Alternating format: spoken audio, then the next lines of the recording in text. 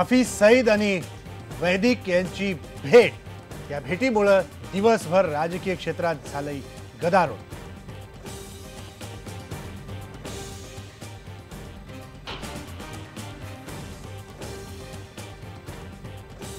कल्याणमधून बेपत्ता झालेले विद्यार्थी इराकमध्ये जाऊन जिहादी झाल्याची शंका। मुंबईत हाय अलर्ट जारी। या ठिकाणी काही भूमिका मांडली की लगेच ती पेपरला हेडलाईन येते।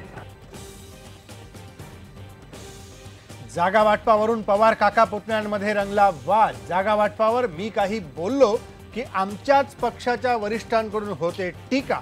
अजित पवारांचा शरद पवारांना टोला।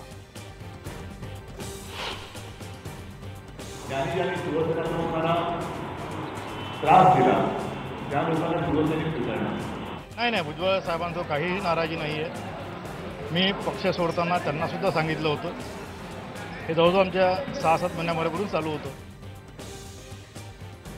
ज्यांनी शिवसेना प्रमुखांना त्रास दिला त्यांना शिवसेनेत घेण्याचा प्रश्नच नाही। भुजबळांच्या शिवसेना प्रवेशाच्या चर्चेला उद्धव ठाकरेंनी दिला पूर्णविराम। तर भुजबळांचे खंदे समर्थक किशोर कन्हेरेंचा शिवसेनेत प्रवेश।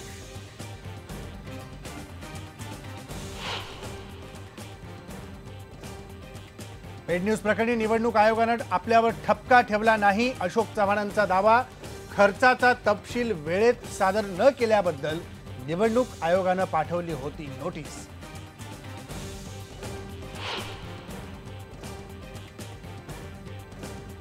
सरकारी कर्मचाऱ्यांच्या बदल्यांसाठी गेल्या 3 वर्षात मुख्यमंत्र्यांकडे आमदार खासदारांकडून पत्रांचा पाऊस। काँग्रेसचे प्रदेशाध्यक्ष माणिकराव ठाकरेंनी 70 तर एकनाथ खडसेंनी लिहिली 59 पत्र।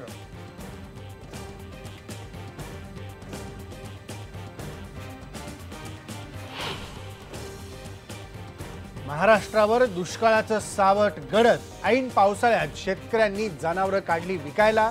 IBN लोकमतचा स्पेशल रिपोर्ट।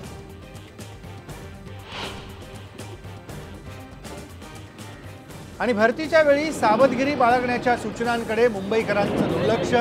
मरीन ड्राईव्ह जवळ समुद्रात बुडून एका महिलेचा मृत्यू।